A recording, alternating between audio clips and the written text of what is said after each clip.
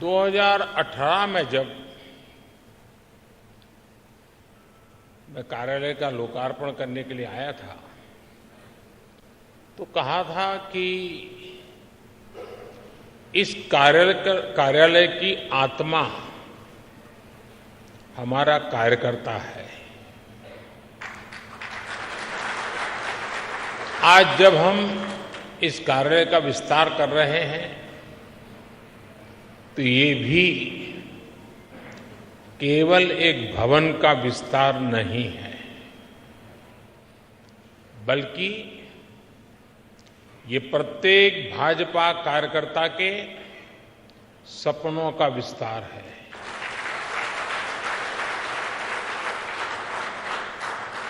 भाजपा के सेवा के संकल्प का विस्तार है। मैं पार्टी के उन कोटि कोटि कार्यकर्ताओं के चरणों में प्रणाम करता हूं।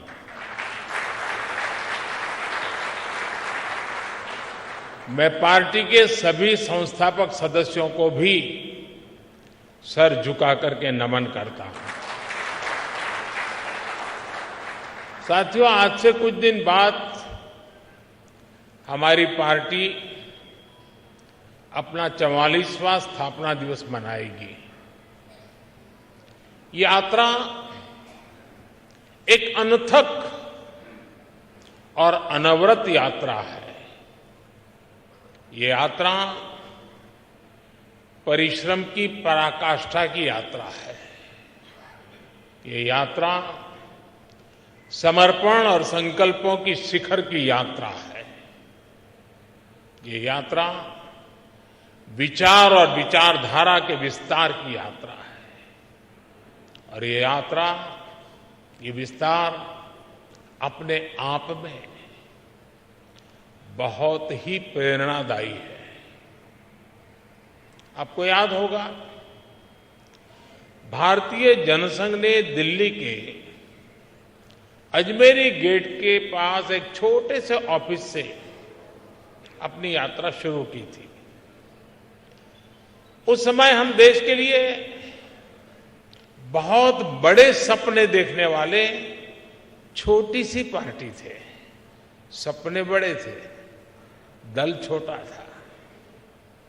1980 में जब भाजपा का जन्म हुआ, तब कुछ समय के लिए 10 राजेंद्र प्रसाद मार्ग पार्टी का ऑफिस बन गया था और उसी जगह पे पहले अपने नानाजी देशमुख रहते थे। बहुत से कार्यकर्ताओं को 11 अशोका रोड पार्टी ऑफिस के रूप में याद होगा। इसके भी काफी समय बाद पार्टी ऑफिस दीनदयाल उपाध्याय मार्ग पर शिफ्ट हुआ। एक तरह से हमारी पार्टी की प्रगति का प्रतीक है। इस दौरान कितने ही उतार चढ़ाव आए। हम तो वो दल है जिसने इमरजेंसी के दौरान लोकतंत्र की रक्षा के लिए खुद अपने दल को ही देश हित में आहूत करने पर हमने हिम्मत के साथ कदम उठाया।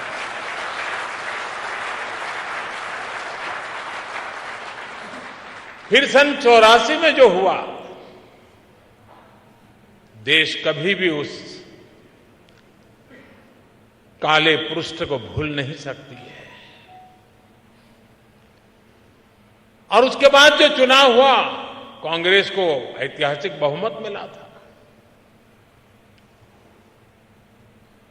भावनाओं से भरा हुआ वो माहौल, एक इमोशनली चार्ज एटमॉस्फियर,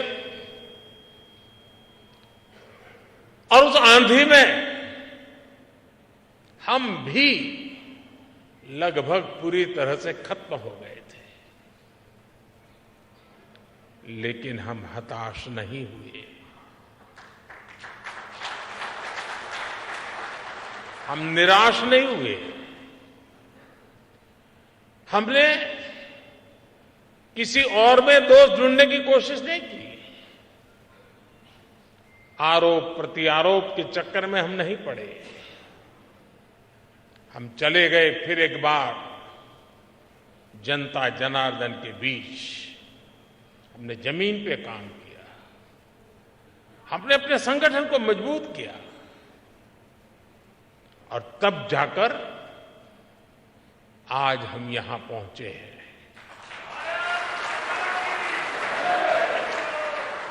2 लोकसभा सीटों के साथ शुरू हुआ सफर 2019 में 303 सीटों तक पहुंच गया।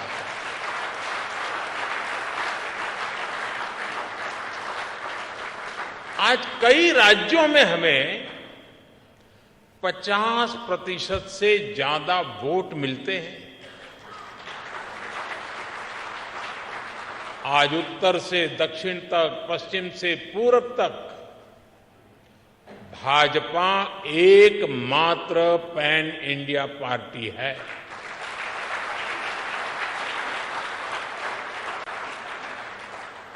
परिवार के कब्जे वाली पार्टियां, फैमिली रन पार्टियों के बीच भाजपा ऐसा राजनीतिक दल है जो युवाओं को आगे आने के लिए बहुत अवसर देता है, खुला मैदान देता है।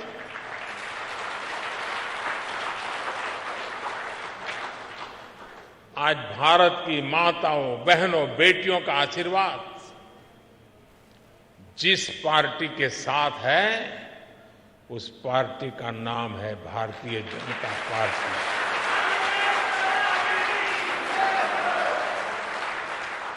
और साथियों,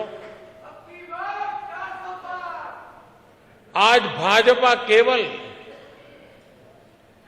विश्व की सबसे बड़ी पार्टी नहीं है, बल्कि भाजपा भारत के सबसे फ्यूचरिस्टिक पार्टी है।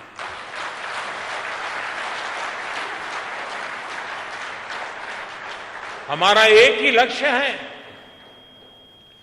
भविष्य के आधुनिक और विकसित भारत का निर्माण करना। और इसलिए हमें खुद अपने लिए भी भविष्य के लक्ष्य निर्धारित करने ही होंगे।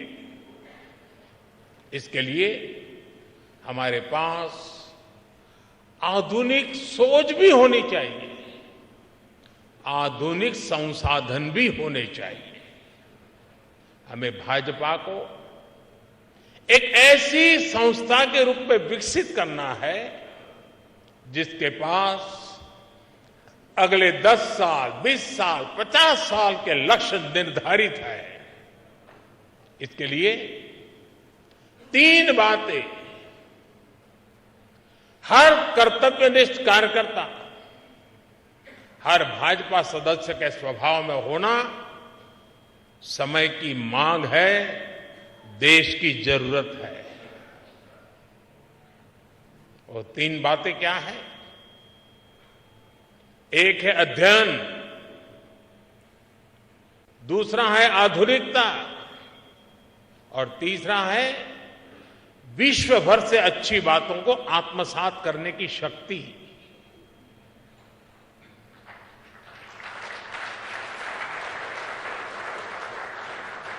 हम आप जानते हैं कि पंडित दीनदयाल जी जहां कहीं जाते थे, किताबें उनके साथ रहती थी।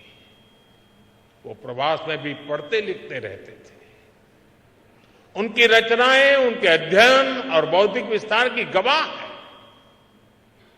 डॉक्टर श्यामा प्रसाद मुखर्जी के अपने घर में तो हजारों किताबें थी। भाजपा कार्यालय की नई बिल्डिंग पार्टी की उस परंपरा का एक केंद्र बनेगी और बननी चाहिए।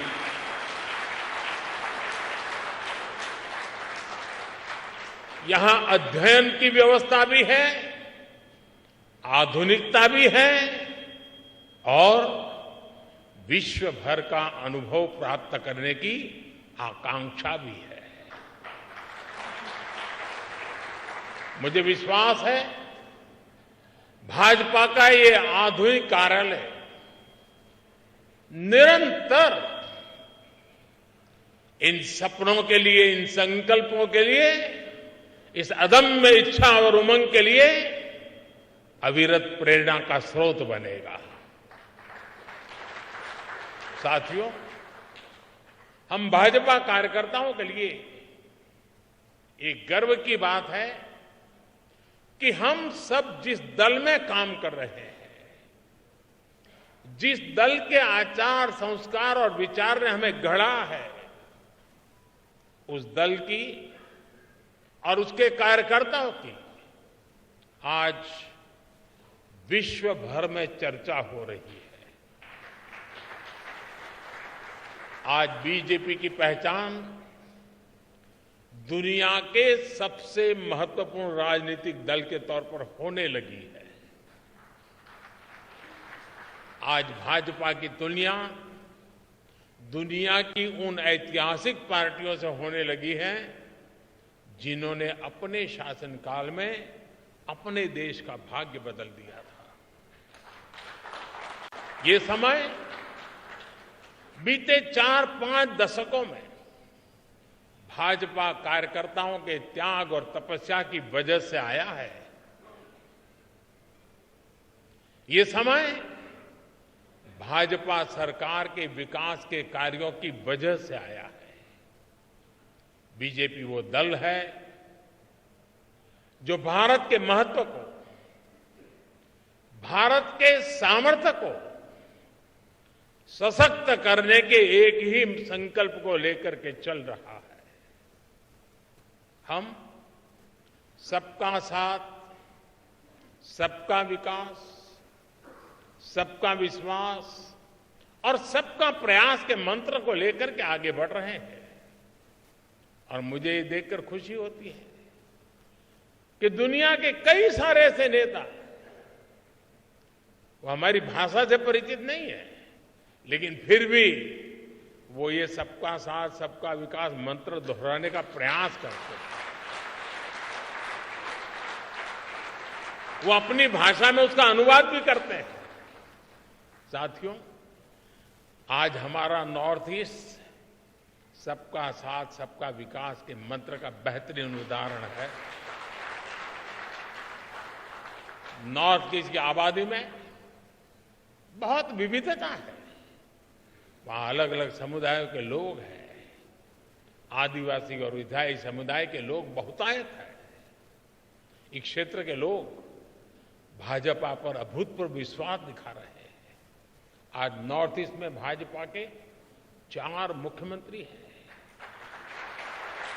2 अन्य राज्यों में हमारे गठबंधन की सरकारें हैं। इस सफलता का बड़ा श्रेय भाजपा के कार्यकर्ताओं को ही जाता है। भाजपा कार्यकर्ताओं के इसी परिश्रम की वजह से आज दक्षिण भारत में भी दूर दूर तक पार्टी का विस्तार हो रहा है। कर्नाटका में भाजपा इतने वर्षों से मजबूत स्थिति में है। आज भी हम नंबर 1 पार्टी है कर्नाटका में। तेलंगाना में भी लोगों का एकमात्र भरोसा सिर्फ और सिर्फ भाजपा है। आंध्र प्रदेश में लोगों का भाजपा पर विश्वास दिनों दिन बढ़ता चला जा रहा है। तमिलनाडु और केरला में भाजपा हर जिले में, हर बूथ पर दिनों दिन मजबूत हो रही है। एक भारत श्रेष्ठ भारत की भावना के साथ हो रहा भाजपा का ये विस्तार हमें सीटों के मामले में और वोट शेयर के मामले में सफलता की नई ऊंचाइयों पर ले जाएगा। लेकिन साथियों, मैं एक बात और भी कहना चाहता हूं। भाजपा को केवल उसकी प्रेजेंस और प्रभाव से नहीं समझा जा सकता है। भाजपा को जानने के लिए उसके स्वभाव को भी समझना जरूरी है। और भाजपा का स्वभाव है नूतनता, आधुनिकता। नूतनता हमारी निष्ठा है और आधुनिकता हमारी अवधारणा है। इसलिए बीजेपी केवल चुनाव लड़ने और जीतने के सीमित नहीं है। बीजेपी एक व्यवस्था है, बीजेपी एक विचार है, बीजेपी एक संगठन है, बीजेपी एक आंदोलन है।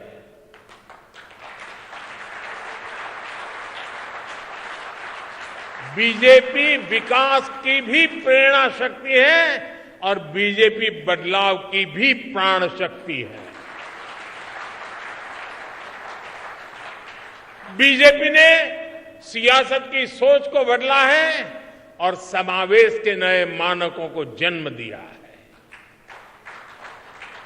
और इसका एक उदाहरण है भाजपा का सदस्यता अभियान और इसके माध्यम से पार्टी का विस्तार। एक समय था जब हम राज्यों में राज्य स्तर की कमेटी बन जाए तो हम सोच रहे थे कि चलिए उस राज्य में झंडा गाड़ दिया। फिर थोड़ा समय और बीता, कार्यकर्ताओं ने परिश्रम किया, फिर हम हिसाब लगाने लगे कि भाई कितने जिले हैं जहां कमेटी बनी है, कितने जिलों में कमेटी बाकी है, कब पूरा करेंगे। फिर हम एक कदम आगे चले, फिर हम सोचने लगे चलो जिले तो हो गए, बताओ भाई कितने तहसील में कमेटियां बनी हैं, कितने ब्लॉक लेवल पर कमेटियां बनी हैं। फिर शक्ति केंद्र आया, फिर बूथ पर फोकस हुआ और आज हम पन्ना प्रमुख तक पहुंच गए।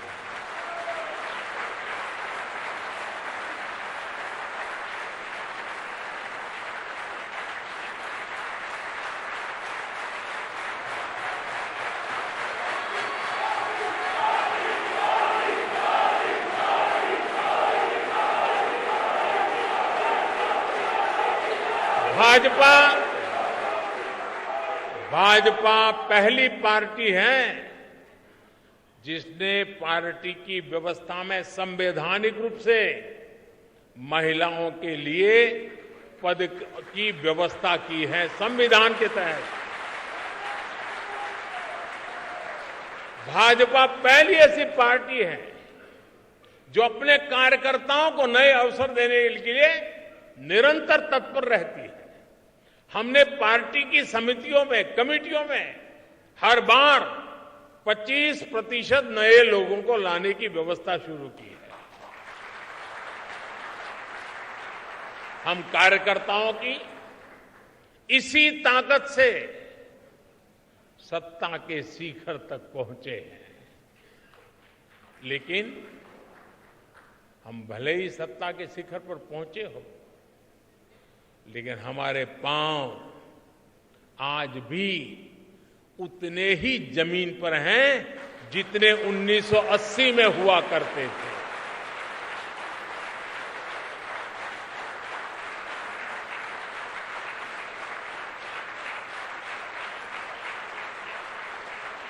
भाजपा में ऐसे कार्यकर्ताओं की बहुत बड़ी फौज है जो कष्ट उठाकर, परेशानी झेलकर, कर्तव्य भावना से लगातार देश सेवा में जुटे रहते हैं। हम जहां भी काम करते हैं सामूहिकता की भावना से काम करते हैं, टीम वर्क के साथ काम करते हैं। भाजपा वो पार्टी है जिसमें मुक्त चिंतन होता है, नए विचार सृजित होते हैं, नए विचारों का सम्मान होता है।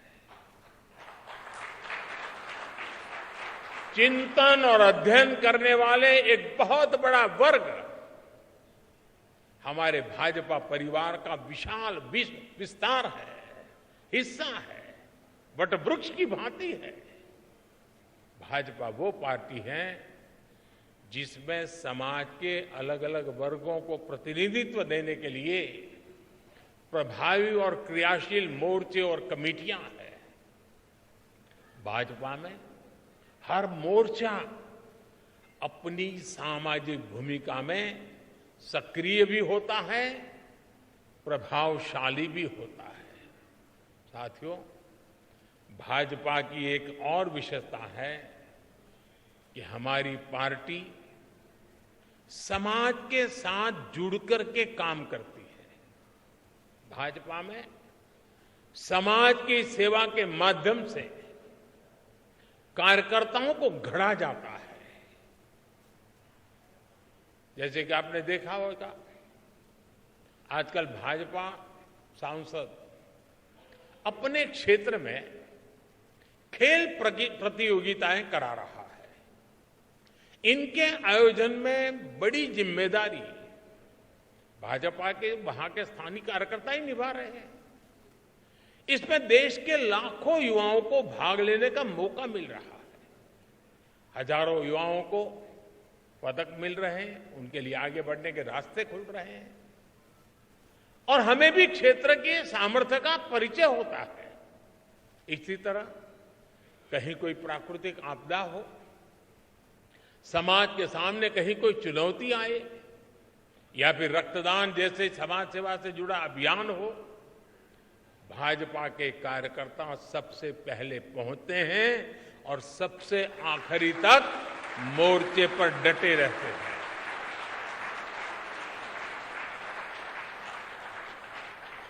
अभी अध्यक्ष जी बता रहे थे, कोरोना के दौरान हमारी पार्टी के लोगों ने कैसे घर घर जाकर मुफ्त राशन और इलाज पहुंचाने में मदद की। और तब तो पता नहीं था कि जाएंगे तो क्या लेके आएंगे। अगर बीमारी घर में लाए तो जिंदगी खतरे में पड़ जाती थी। फिर भी ये भाजपा का कार्यकर्ता है।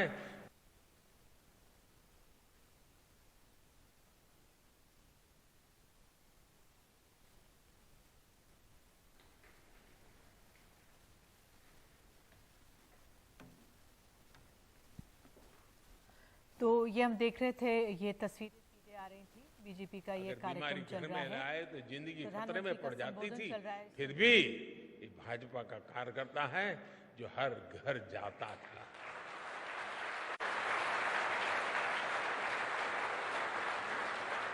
आज भाजपा और भाजपा कार्यकर्ताओं का समाज के साथ जो भावात्मक संबंध है, वो आपको किसी और राजनीतिक दल में नजर आएगा कि नहीं आएगा, ये मैं कह नहीं सकता। साथियों, जब हम समाज की सेवा के लिए अपना जीवन खपाते हैं तो सरकार बनाने का अवसर मिलने पर भी ये हमारी प्राथमिकता होता है। इसलिए ही आज पूरे भारत में भाजपा सरकारें आकांक्षा, विकास और प्रगति का पर्याय बन रही है। और ये भाजपा का ब्रांड ऑफ गवर्नेंस है। जहां भी भाजपा की सरकार है, वहां गरीब कल्याण के लिए योजनाएं तेज गति से चलने लगती है। जहां भी भाजपा की सरकारें हैं, वहां योजनाओं का लाभ लाभार्थियों तक पहुंचाना सुनिश्चित हो जाता है। जहां भी भाजपा की सरकारें, वहां युवा शक्ति को आगे बढ़ने के लिए नए अवसर बनते हैं। जहां भी भाजपा की सरकारें हैं, वहां योजनाओं में महिला सशक्तिकरण को सर्वोच्च प्राथमिकता मिलने लगती है। जहां भी भाजपा की सरकारें हैं, वहां कानून व्यवस्था सुदृढ़ हो जाती है। जहां भी भाजपा की सरकारें हैं, वहां ease of doing business, ease of living के प्रयास बढ़ने लगते हैं। जहां भी भाजपा की सरकारें हैं, वहां इंफ्रास्ट्रक्चर का तेजी से विकास होना शुरू हो जाता है। जहां भी भाजपा की सरकारें हैं, वहां विकास और विरासत दोनों साथ साथ चलते हैं। साथियों, मैं समझता हूं अब समय आ गया है कि हमारी यूनिवर्सिटीज, एकेडमिशियंस और एक्सपर्ट्स भारत के पिछले 75 साल के अलग अलग गवर्नेंस मॉडल्स की कंपैरेटिव स्टडी करें, एनालिसिस करें, देश और दुनिया के सामने रखें। देश ने लंबे समय तक कांग्रेस का एक गवर्नेंस मॉडल देखा है। देश ने कम्युनिस्टों का भी कुछ राज्यों में गवर्नेंस का मॉडल देखा है। देश ने परिवारवादी फैमिली रन पार्टियों के काम करने का तरीका भी देखा है। अलग अलग गठबंधनों की सरकारों का गवर्नेंस मॉडल भी देश ने देखा है। और देश आज पूर्ण बहुमत वाली भाजपा सरकारों का गवर्नेंस मॉडल भी देख रहा है। एक निश्चित पैरामीटर्स के साथ जब इसकी एनालिसिस होगी तो गवर्नेंस के मॉडल का महत्व समझ में आएगा। देश के सामान्य मानवी को भी पता चलेगा कि गवर्नेंस के किस मॉडल ने देश को क्या दिया, उसके परिणाम क्या निकले और उनके लिए क्या बेहतर रास्ता है। साथियों, आज भारतीय जनता पार्टी के प्रत्येक कार्यकर्ता को एक बात समझना बहुत आवश्यक है। देश इस समय जिस कालखंड से गुजर रहा है वो तेज विकास के लिए बहुत अहम है। ये अमृतकाल ये सिर्फ शब्द समूह नहीं है, ये धरती की सच्चाई है। 140 करोड़ देशवासियों की दिलों की धड़कन है।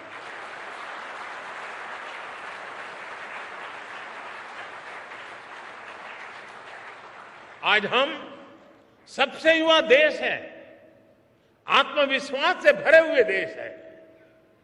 पूरे विश्व में दुनिया के बड़े बड़े मंचों पर आज अगर किसी का डंका बज रहा है तो नाम है हिंदुस्तान, वो नाम है भारत।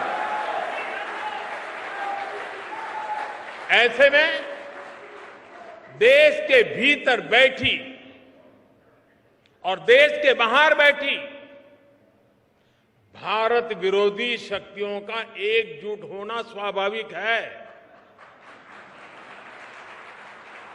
ये शक्तियां किसी भी तरह भारत से विकास का एक कालखंड छीन लेना चाहती है।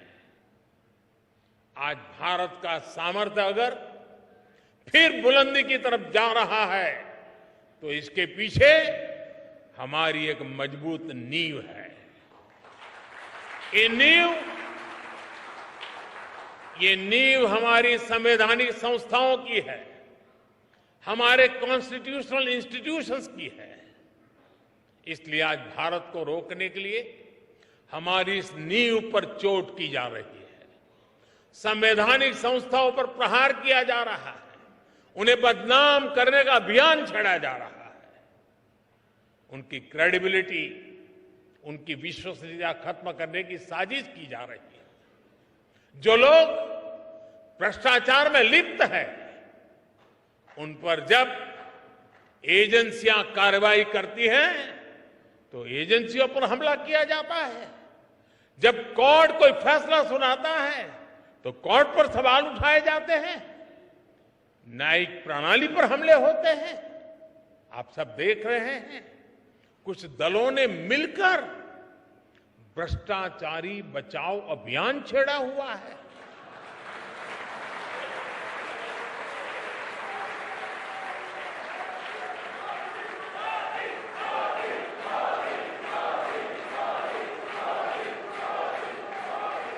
आज भ्रष्टाचार में लिप्त जितने भी चेहरे हैं वो सब एक साथ एक मंच पर आ रहे हैं। पूरा देश ये देख रहा है, देश समझ रहा है। साथियों, भ्रष्टाचार ने हमारे देश का बहुत नुकसान किया है। दिमक की तरह देश को खोखला किया है भ्रष्टाचार ने। देश की जनता देख रही है कि पहले की सरकारों ने किस तरह भ्रष्टाचार के खिलाफ कार्रवाई के नाम पर केवल खानापुरी की थी। लेकिन पिछले 9 साल में भाजपा सरकार ने भ्रष्टाचार के खिलाफ जो अभियान चलाया, उसने आज भ्रष्टाचार और भ्रष्टाचारियों दोनों की जड़ें हिला दी है।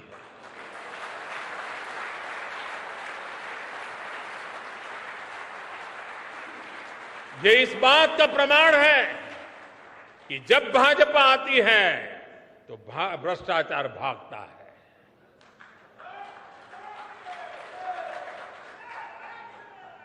मैं आपको कुछ आंकड़े बताना चाहता हूं आज।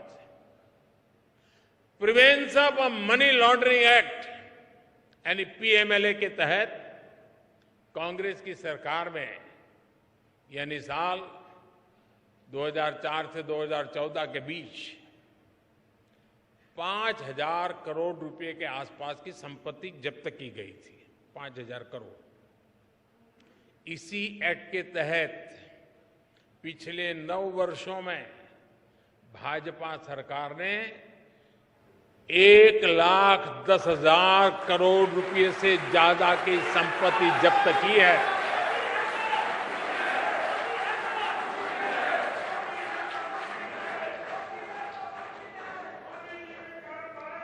इस एक्ट के तहत पहले के मुकाबले 2 गुने से ज्यादा केस रिकॉर्ड किए गए हैं और 15 गुना ज्यादा लोगों को गिरफ्तार किया गया है। हमारे यहां कुछ लोगों ने कांग्रेस शासन के दौरान बैंकों को जमकर के लूटा। बैंकों का करीब 22,000 करोड़ रुपए का नुकसान करके ये लोग विदेश भाग गए। आज भाजपा सरकार ने इन लोगों की करीब करीब 20,000 करोड़ रुपए की संपत्ति जब्त करवा दी है।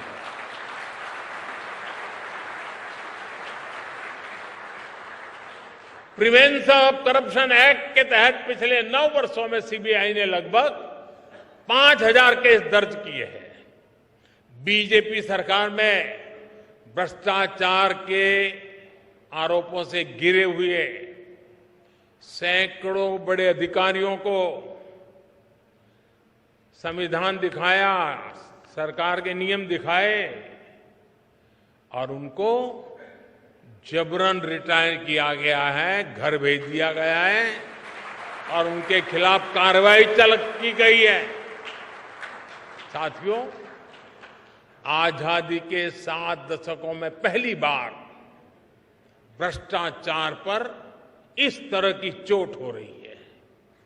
पूरे देश की जनता आज भ्रष्टाचारियों पर हो रही कार्रवाई से खुश है। आपकी यही जानकारी है ना?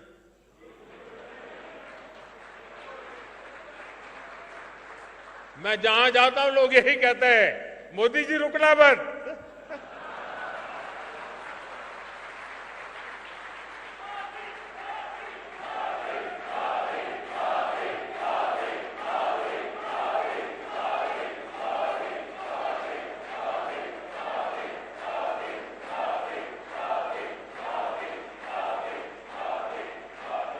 आज हर देशवासी समझता है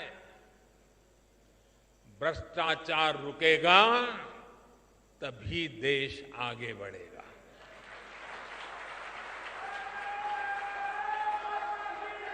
और जब हम इतना सारा करेंगे तो कुछ लोग तो नाराज होंगे ही होंगे।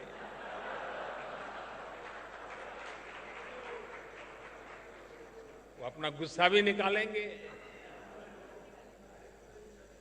लेकिन इनके झूठों आरोपों से न देश झुकेगा, न भ्रष्टाचार के विरुद्ध कार्रवाई थमने वाली है।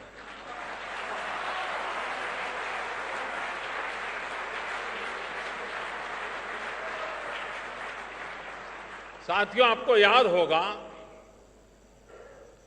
कांग्रेस के नेता कभी कहा करते थे, जनसंघ के जमाने में बड़े बड़े नेता कहते थे जनसंघ को जड़ से उखाड़कर फेंक देंगे। ये उनके बड़े बड़े नेता बोलते थे जी। और आज की कांग्रेस कहती है कि मोदी तेरी कब्र खुदेगी। जनसंघ को मिटाने की, भाजपा को मिटाने की अनेक बार साजिशें हुई और ये तो वो लोग हैं जिन्होंने मुझे भी जेल में डालने के लिए क्या क्या जाल नहीं बिछाई, लेकिन वो पूरी तरह नाकाम रहे।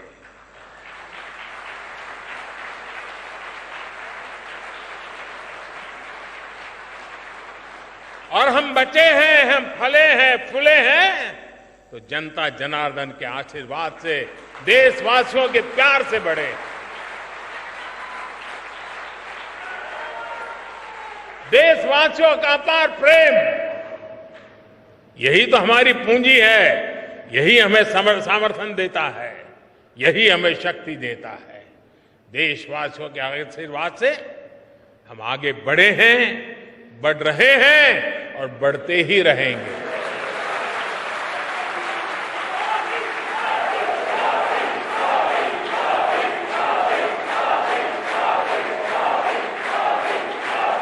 हम यहां से आगे बढ़ेंगे, वो भी देशवासियों के विश्वास से बढ़ने वाले हैं।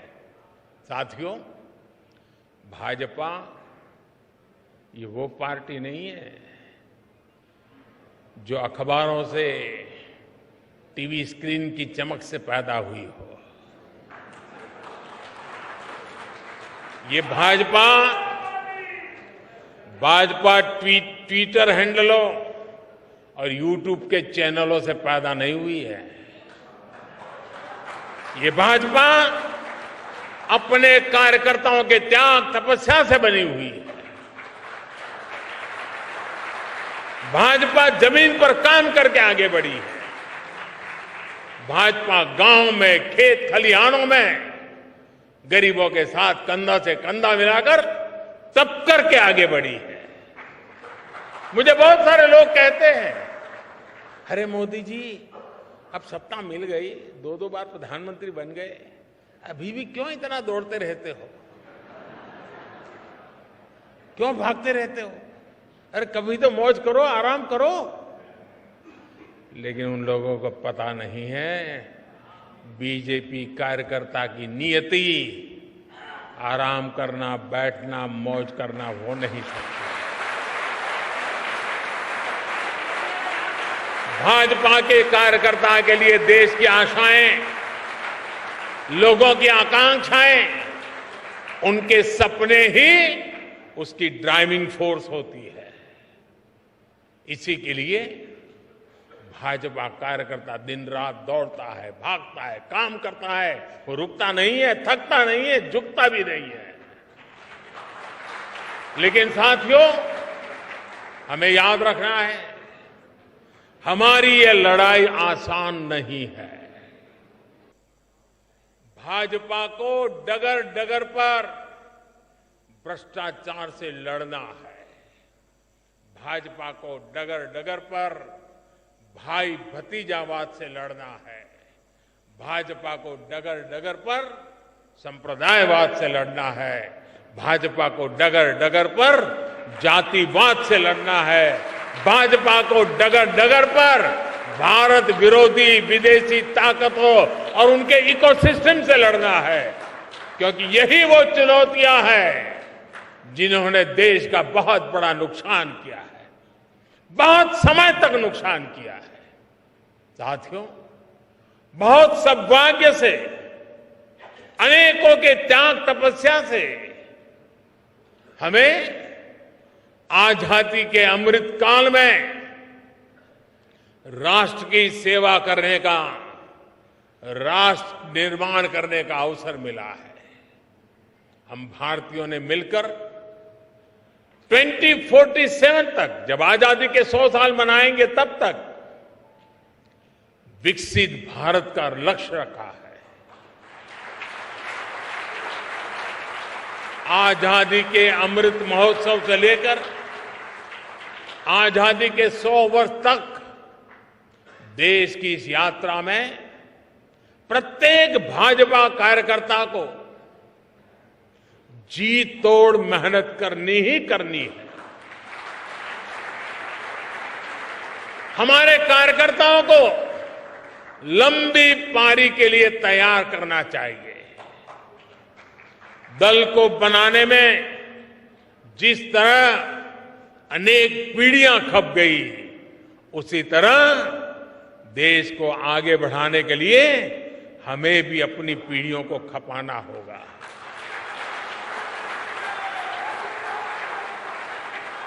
साथियों, मैं आपको फरवरी 2018 में इसी कार्यालय में कही हुई अपनी एक बात को आज याद दिलाना चाहता हूं। 2018 में इसी भवन का लोकार्पण करते हुए मैंने कहा था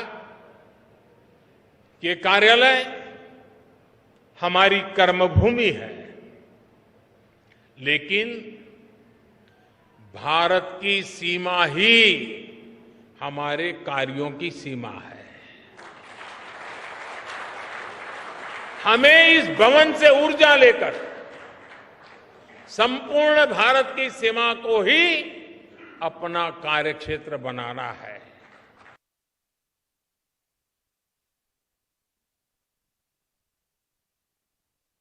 आज पूरा होता देख रहे हैं। जो सपना हम आज देख रहे हैं, वो भविष्य में पूरा होकर रहेगा।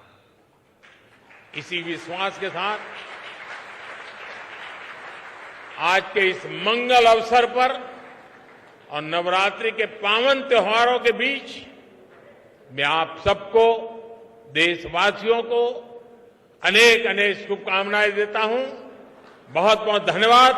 भारत माता की, भारत माता की, भारत माता की।